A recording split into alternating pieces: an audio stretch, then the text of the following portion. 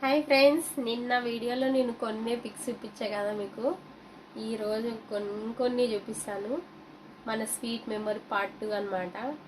ఇక్కడ వచ్చేసి మంచు మనోజ్, ఇక్కడ వచ్చేసి రేస్ గుర్రం అల్లు అర్జున్, పవర్ స్టార్ పవన్ కళ్యాణ్ గారు.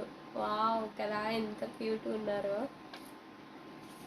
అత్తారింటికి దారేది పవన్ కళ్యాణ్ గారిది.